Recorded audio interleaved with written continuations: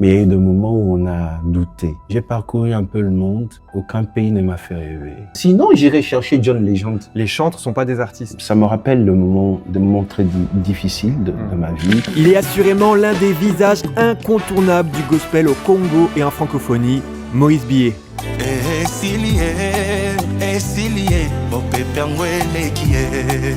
Si vous n'êtes pas familier avec l'univers de la musique chrétienne, sachez que ce monsieur, c'est 1 million d'abonnés sur YouTube. C'est plus de 130 000 personnes rassemblées pour son concert au Stade des Martyrs à Kinshasa. Un Arena Grand Paris sold out en 2025 et un Accor Arena programmé le 21 novembre 2026.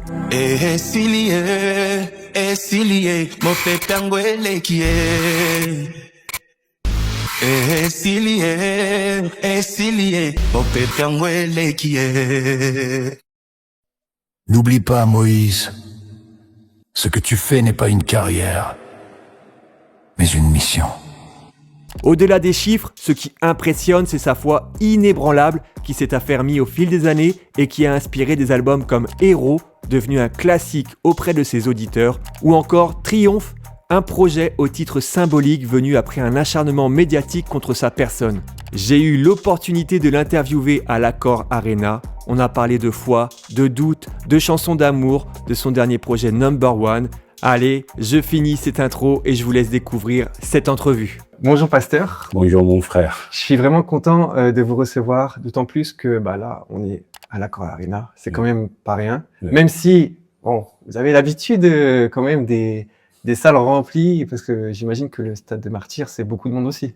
Oui, on a accueilli 130 000 personnes exactement. Ah ouais. Et on bénit les Seigneurs. Aujourd'hui, c'est l'Accor Arena, comme vous dites, c'est pas rien. Mais je bénis les Seigneurs de te rencontrer aussi. Merci pour tout ce que tu fais pour les gospels, pour l'Église, pour la génération. Et je suis heureux de partager ce moment avec toi. Le plaisir est partagé. Merci. C'est vrai que c'est une mission, Oui.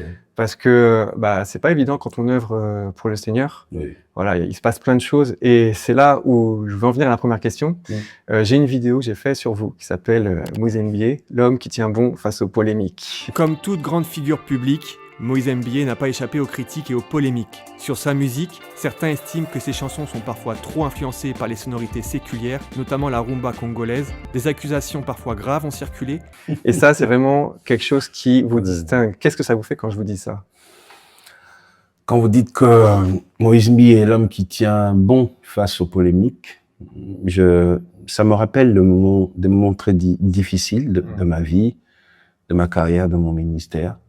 Mais aussi, c'est dans ce moment difficile qu'on se souvient que l'Éternel a été bon, il a soutenu. Vous voyez,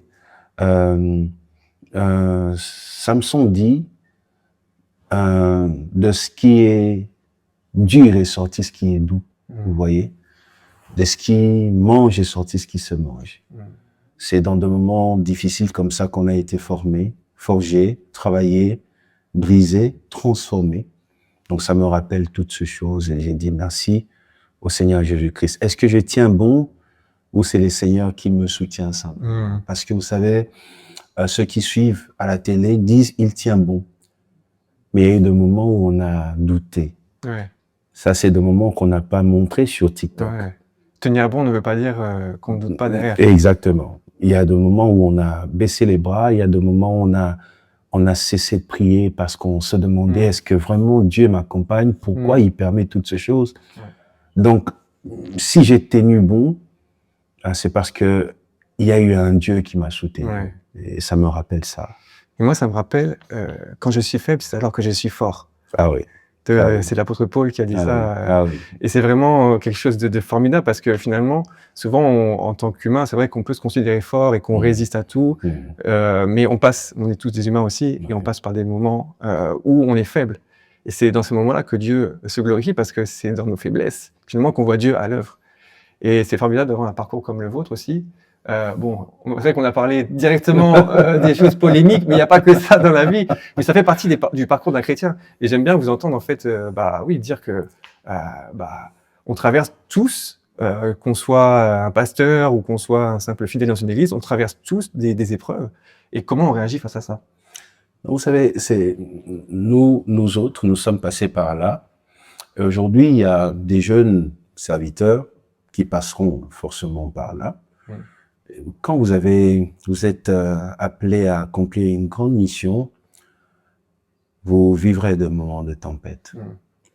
Et c'est comme ça même que vous arrivez à séparer ce qui est précieux de ce qui est vil.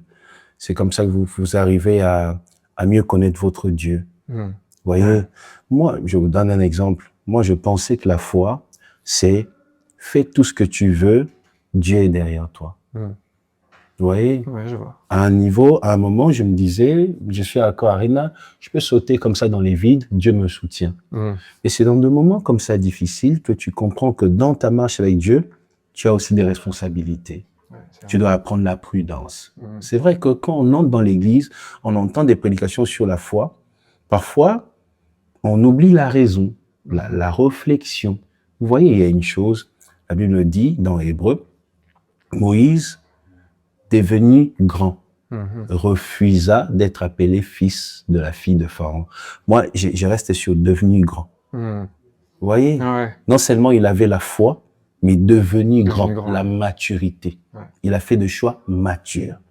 Et parfois, la foi étouffe cette maturité dans certains chrétiens. Et Dieu t'a fait passer par de moments difficiles pour que tu comprennes que je dois faire des choix, je dois être prudent.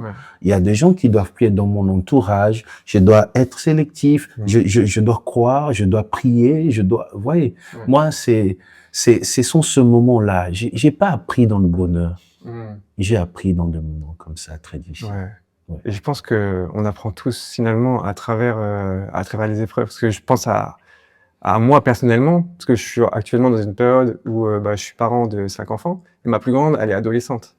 Et je pense à cette période-là de l'adolescence qui est difficile et finalement où on apprend en faisant des bêtises finalement. Exactement. Exactement. Je pense à elle qui se cherche aussi. Et bon, tout ça pour dire que Moïse Mbié, l'homme qui tient bon face aux épreuves, parce qu'on va pas trop s'étaler sur ma vie privée. Gloire à Dieu. Alors je dis gloire à Dieu. Et donc passons à la musique, parce que Accor Arena égale musique. Et donc il y a un projet qui est sorti en début d'année qui s'appelle Number One.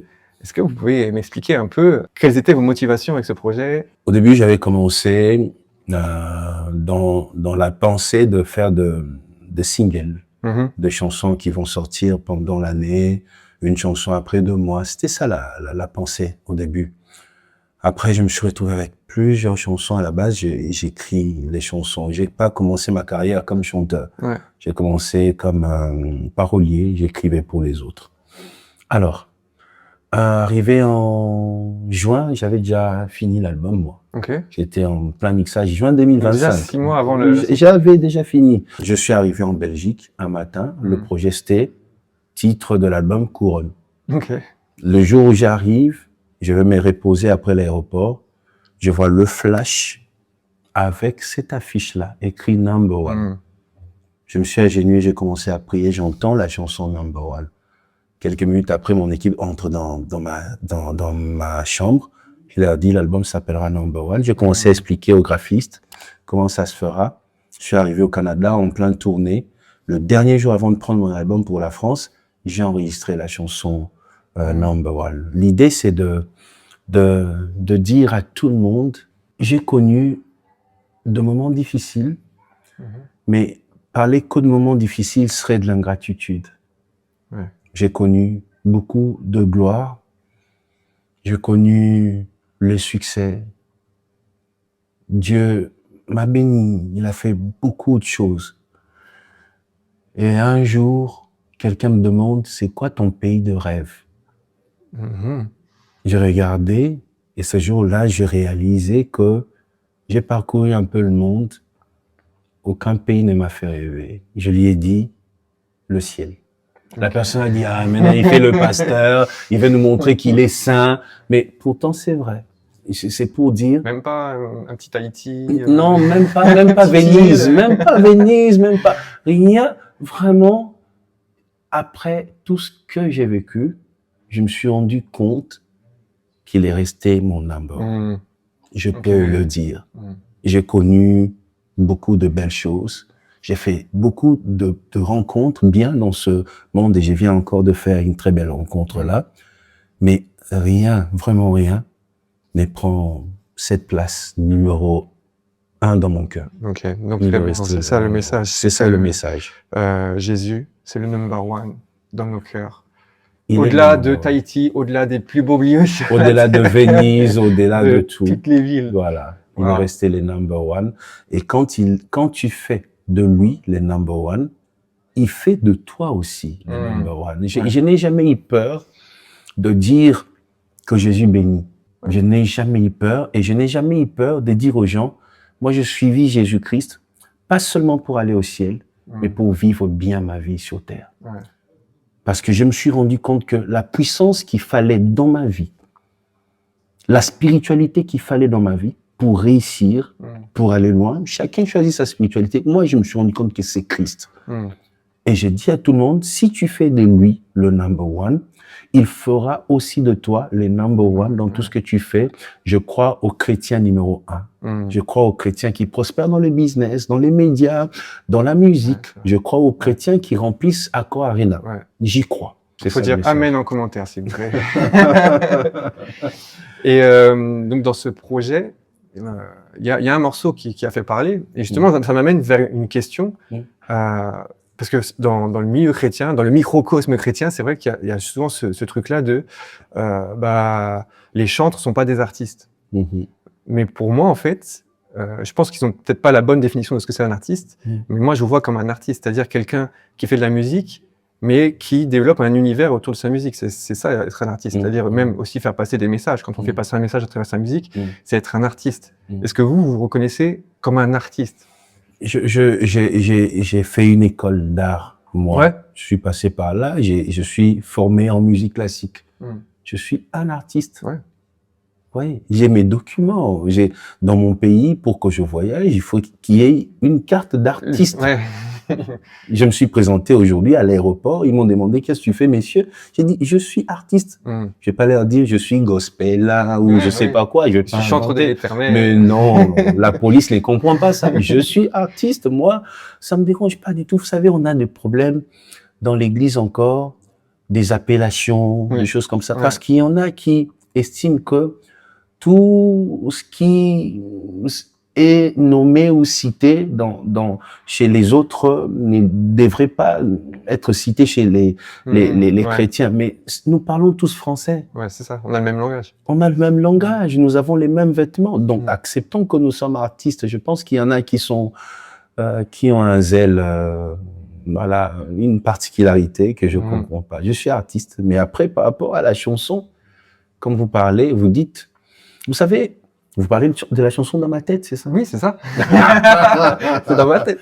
Dans ma tête. Alors, il y a plein d'artistes qui ont chanté le mariage.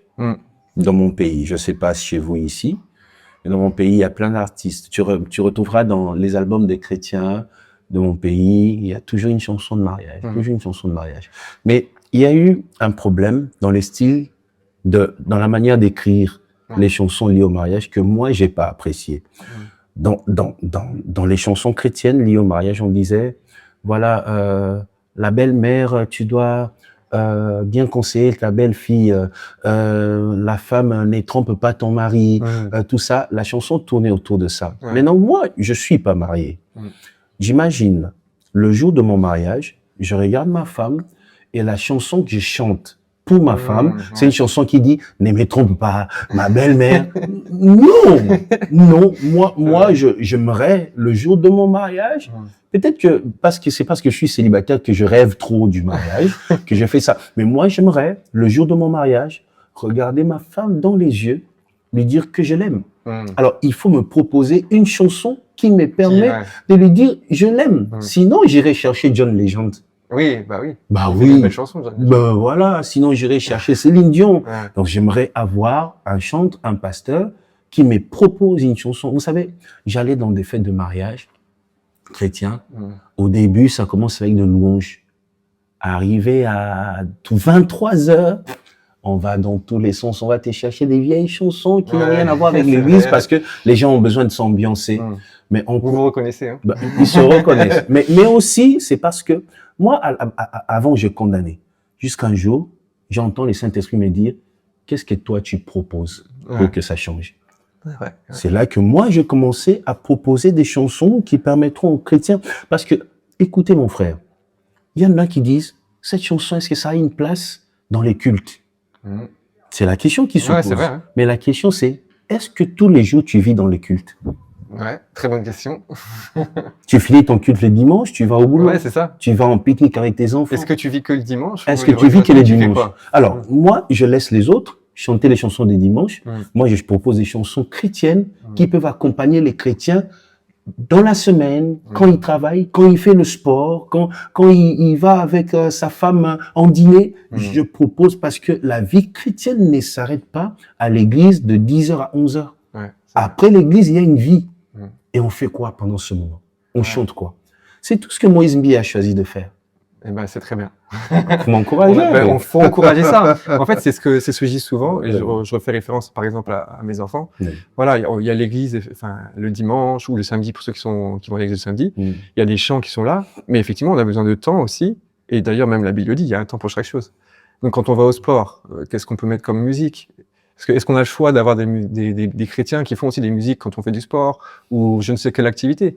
Il faut vraiment de tout et qu'on puisse être béni dans chaque situation. Et c'est mieux quand c'est un artiste inspiré par Dieu que quand c'est un...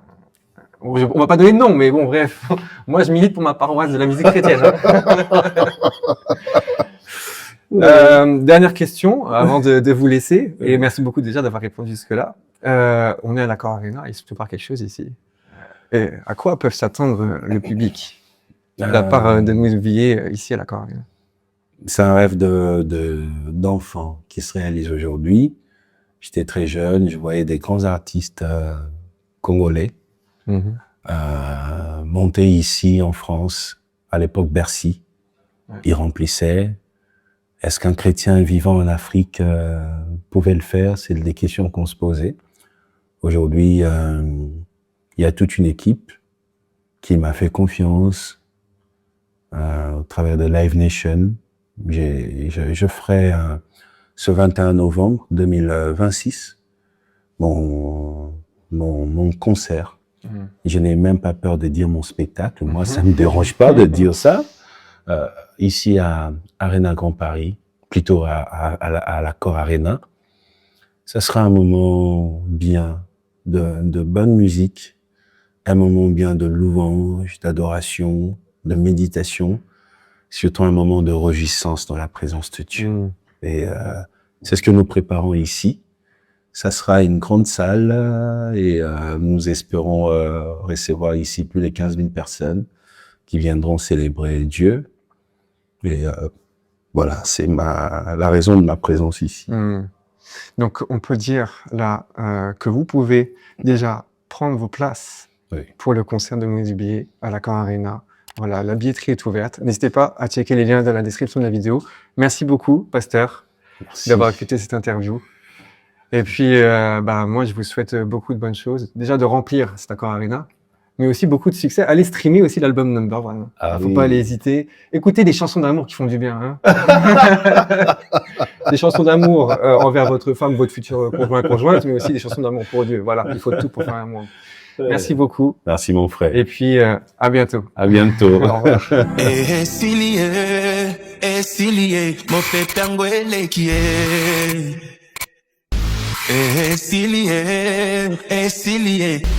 angwele kie.